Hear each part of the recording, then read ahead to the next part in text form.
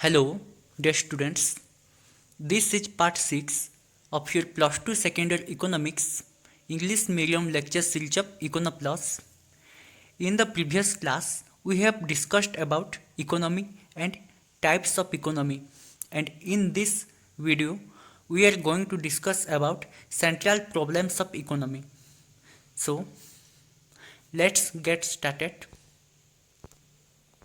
Each economy faces three types of economic problems such as problem of allocation of resources, problem of full employment and problem of growth. हर एक economy में तीन प्रकार के problems होते हैं। First one is problem of allocation of resources, problem of employment and problem of growth. Again, problem of allocation of resources has been divided into three categories. First one is what and how much to produce. First problem under problem of allocation of resources. The second one is how to produce. Or third one is for whom to produce. What to produce, how to produce and for whom to produce. What and how much, हमें क्या produce करना है और कितने amount में produce करना है। How to produce, हमें कैसे प्रोड्यूस करना है, प्रोडक्शन का मेथड क्या होगा। And for whom to produce, किसके लिए हमें प्रोड्यूस करना है।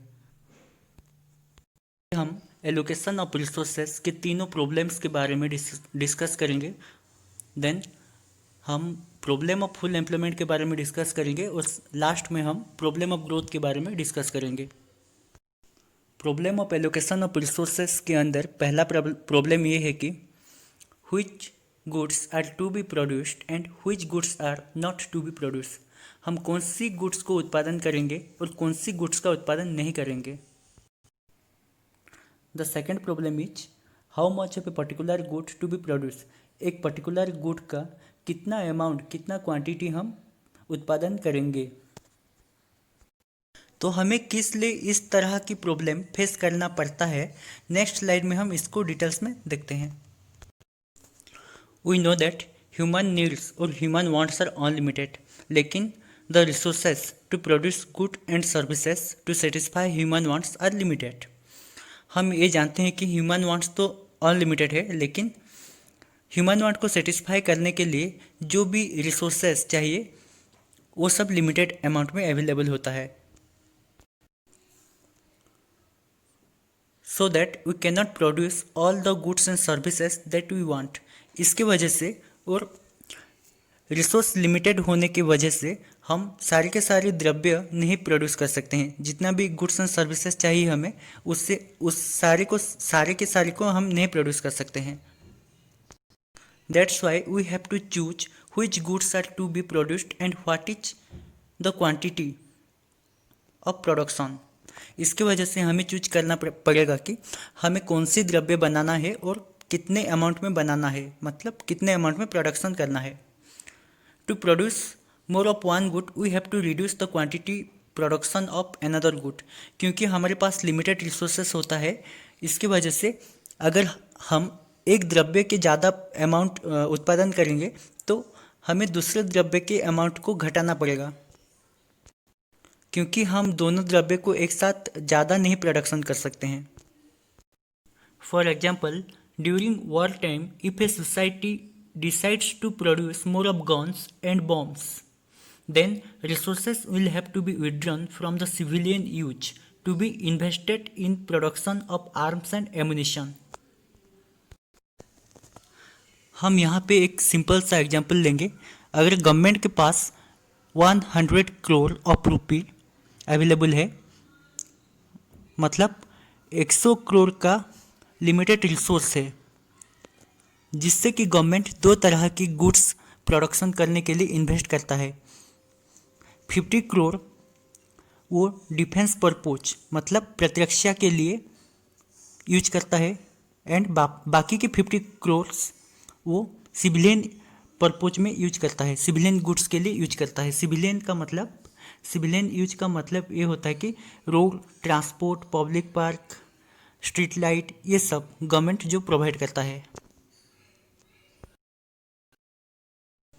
लेकिन भगवान न करे फॉर एग्जांपल फिर से वर्ल्ड वॉर हो गया तो अभी डिफेंस गुड्स सबसे ज़्यादा नेसेसरी हो जाएगा, तो ज़्यादा से ज़्यादा रिसोर्स डिफेंस में चला जाएगा। गवर्नमेंट 80 करोड़ रुपये डिफेंस पर्पज़ के लिए अगर इन्वेस्ट कर दिया, अब गवर्नमेंट के पास था 100 करोड़, उससे 80 करोड़ रुपये गवर्नमेंट ने डिफेंस पर्पज़ में इन्वेस्ट कर दिया, तो अभी गवर्नमेंट के पास कितना बचेगा? बस 20 करोड़। तो गवर्नमेंट अभी सिर्फ 20 crore out of 100 crore can use for civilian purpose. Civilian goods बनाने के लिए अभी गवर्नमेंट के पास सिर्फ 20 करोड़ बचेगा, क्योंकि 80 करोड़ रुपये out of 100 crore has been used for defence purpose. इसी तरह से एक द्रव्य, एक गुड को के ज़्यादा उत्पादन करने के लिए दूसरे गुड के प्रोडक्शन को घटाना पड़ता है, क्योंकि we have limited amount of resources. So this limited amount of resources leads to the problem of choice. We have to choose which goods are to be produced and in what quantities. So हम पहले rank करेंगे कि which wants are more urgent and which wants are less urgent, और उसके बाद हम most urgent wants को पहले फुलफिल करेंगे। उसके बाद अगर रिसोर्स बचता है तो लेस अर्जेंट वांट्स को हम फुलफिल कर सकते हैं। Again, an economy has to decide whether to produce more of consumer goods or more of producer goods. Consumer goods and producer goods, हमें अब एक इकोनॉमी को चूज करना होगा कि उससे ज़्यादा कंज्यूमर गुड प्रोड्यूस करना है या फिर ज़्यादा प्रोड्यूसर गुड प्रोड्यूस करना है। Consumer goods are those goods which satisfies human wants directly. उस द्रव्य को कंज्यूमर डायरेक्टली कंज्यूम कर सकता है, ये ह्यूमन वांट्स को डायरेक्ट सेटिस्फैक्शन देगा। For example, if you are having milk, it will satisfy your want for milk directly. If you are riding a bike, it is satisfying your wants to ride a bike directly. Then the producer goods consumers को direct satisfaction नहीं देगा। Producer goods are those types of goods which help to produce more consumer goods. Producer goods को हम use करके future में ज़्यादा consumer goods production कर सकते हैं। Examples of producer goods are machine and plants. By using machine and plants we can produce consumer goods. It means अगर हम ज़्यादा कंज्यूमर गुड प्रोड्यूस कर रहे हैं तो हम प्रेजेंट को ज़्यादा इंपॉर्टेंस दे रहे हैं। इसके साथ साथ सिमिलरली अगर हम ज़्यादा प्रोड्यूसर गुड्स प्रोड्यूस कर रहे हैं तो हम ज़्यादा फ्यूचर को इम्पोर्टेंस दे रहे हैं। It means here also we have the problem of choice between consumer goods and producer goods. हम ज़्यादा प्रोड्यूसर गुड उत्पादन करके हम फ्यूचर को ज़्यादा ध्यान देंगे या फिर हम कंज्यूमर गुड उत्पादन करके प्रेजेंट को ज़्यादा ध्यान देंगे, ये भी एक प्रॉब्लम है। Hence what and how much to produce and allocation of resources among different sectors is an important problem of the economy. It means हमें क्या प्रोड्यूस करना है, कितने अमाउंट में प्रोड्यूस करना है और अपने प्रोडक्टिव रिसोर्सेज को कौन सी गुड्स बनाने के लिए एलोकेट करना है, ये सब इकोनॉमिक के इम्पोर्टेंट प्रॉब्लम है।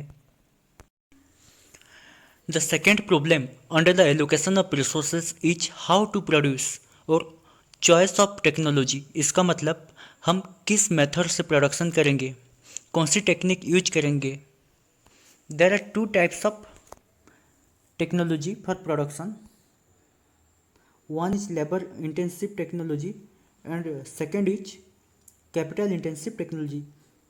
दो तरीके के टेक्नोलॉजी हम यूज कर सकते हैं प्रोडक्शन में। First one is labour intensive technology, second one is capital intensive technology. Labour intensive technology का मतलब हम ज़्यादा से ज़्यादा वर्कर और ज़्यादा से ज़्यादा लेबर को अपने प्रोडक्शन प्रोसेस में इस्तेमाल करेंगे। और कैपिटल इंटेंसिव टेक्नोलॉजी का मतलब ये होता है कि हम ज़्यादा से ज़्यादा कैपिटल गुड्स और प्रोड्यूसर गुड्स और क्या कह सकते हैं, हम ज़्यादा से ज़्यादा मशीन प्लांट्स यूज करके प्रोडक्शन करेंगे। Producing clothes with handlooms is labor-intensive technique, whereas with automatic looms or power looms is capital-intensive technique. अगर हमें क्लॉथ प्रोड्यूस करना है और उसके लिए हम हैंडलूम्स को यूज करते हैं, मतलब ज़्यादा से ज़्यादा वर्कर हम यूज करेंगे प्रोडक्शन में, तो उसको हम लेबर इंटेंसिव टेक्निक कहेंगे। सिमिलरली अगर हम क्लॉथ प्रोड्यूस करने के लिए ज़्यादा ऑटोमेटिक लूम्स और पावर लूम्स मतलब ज़्यादा मशीनरी को यूज करेंगे तो उसको हम कैपिटल इंटेंसिव टेक्निक कहेंगे।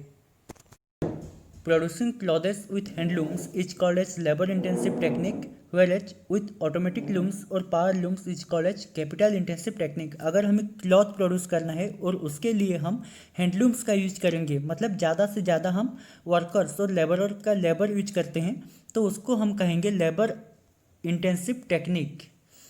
बट अगर हमें वही क्लॉथ प्रोडक्शन करना है और उसके लिए हम ज़्यादा से ज़्यादा मशीन या ज़्यादा से ज़्यादा प्लांट्स को यूज करते हैं, ज़्यादा से ज़्यादा कैपिटल गुड को यूज करते हैं, तो उसको हम कहेंगे capital intensive technique. From which two techniques which one to be used for clothes to be fabricated, that is labor intensive technique or capital intensive technique, which one is better is the problem of choice। इन दोनों techniques में से कौन सी technique बेहतर होगा production के लिए, ये है हमारा प्रॉब्लम ऑफ चॉइस है। अगर हम ज़्यादा लेबर यूज करेंगे तो कम लोग अनएम्प्लॉयड रहेंगे, लेकिन प्रोडक्शन प्रोसेस में डिले होगा क्योंकि इंसान मशीन की तरह स्पीड काम नहीं कर सकते हैं। उसी तरह से अगर हम कैपिटल इंटेंसिव टेक्निक को यूज करते हैं तो प्रोडक्शन प्रोसेस स्पीड होगा, लेकिन more workers will be unemployed, उनको काम नहीं मिलेगा। So there is a confusion कि which technique is better। So we will use the techniques considering the availability of resources। Resource allocation के अंदर तीसरा प्रॉब्लम है फॉर होम टू प्रोड्यूस। हमें किसके लिए उत्पादन करना है, उसको हम कह सकते हैं डिस्ट्रीब्यूशन ऑफ नेशनल इनकम। हमारा जो नेशनल इनकम और नेशनल प्रोडक्ट होता है उसे हम कैसे बंटन कर सकते हैं लोगों के बीच, डिस्ट्रीब्यूशन ऑफ नेशनल प्रोडक्ट। समाज में दो तरीके के लोग होते हैं, कुछ लोग रिच होते हैं और कुछ लोग पोर होते हैं। तो हमें ये देखना है कि और एक इकोनॉमी को ये देखना है कि वो ज़्यादा से ज़्यादा प्रोडक्शन रिच के लिए करेगा या पोर के लिए करेगा। For whom to produce concern itself with the distribution of national product among different sections of the society। Rich and poor are the two sections of the society. तो रिच और poor के बीच नेशनल प्रोडक्ट कैसे बटेगा, यही एक problem होता है। In other words who get how much from the national product. इसका मतलब नेशनल प्रोडक्ट से किसको कितना मिलेगा, रिच को कितना हिस्सा मिलेगा और पोर को कितना हिस्सा मिलेगा। Depends on the distribution of national income among the people.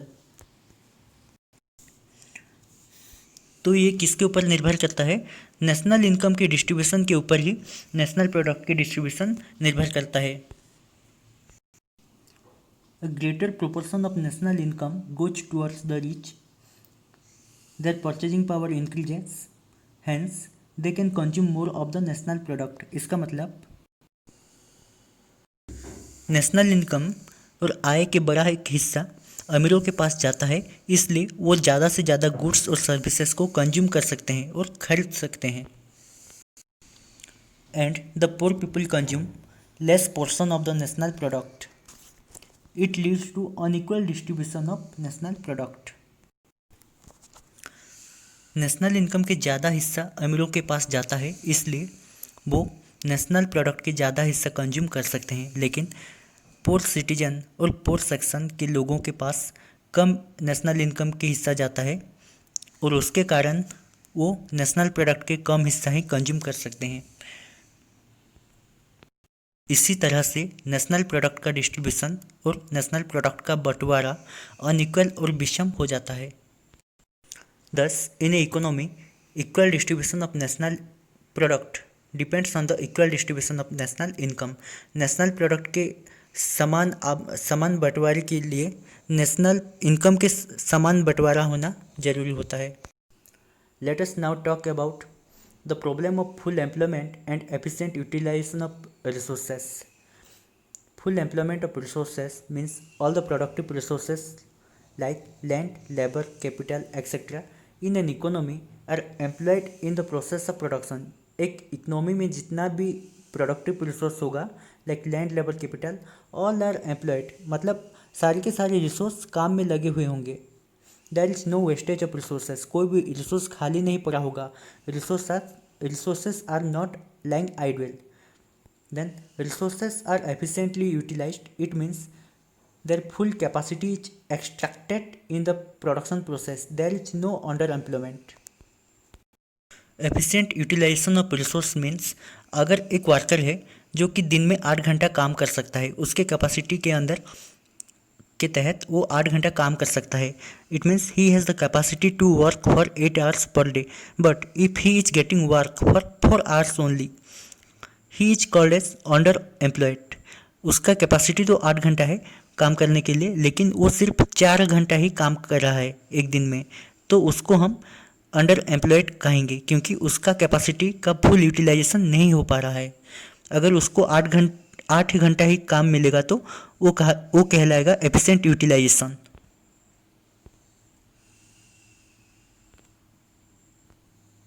The last central economic problem is the problem of growth. Problem of growth. It is a major problem of developing and underdeveloped countries. ये समस्या ज़्यादातर developing and underdeveloped countries में पाया जाता है क्योंकि population and its demand is growing but we have limited amount of resources to fulfil it. So we need a rapid growth of national income also. But ये कैसे possible होगा? How to grow the national income rapidly? इसके लिए growth of resources like physical capital, technology, human capital etcetera is necessary to accelerate the pace of economic development. इसका मतलब physical capital like for example machinery, plants etcetera grow होना चाहिए और technological development होना चाहिए. उसके साथ साथ ह्यूमन कैपिटल भी डेवलप होना चाहिए. ह्यूमन कैपिटल का मतलब स्किल्ड लेबर. हमारे पास जो वर्कर्स होते हैं उन्हें हम ट्रेनिंग देके स्किलफुल बनाएंगे ताकि वो लोग ज़्यादा से ज़्यादा प्रोडक्शन कर सकते हैं कम समय के अंदर. तो आज हमने सेंट्रल प्रॉब्लम्स ऑफ इकोनॉमिक्स को कवर किया और in the next class we are going to discuss one of the most important topic that is called as production possibility curve. If you like our videos, please share and subscribe our channel. Thank you.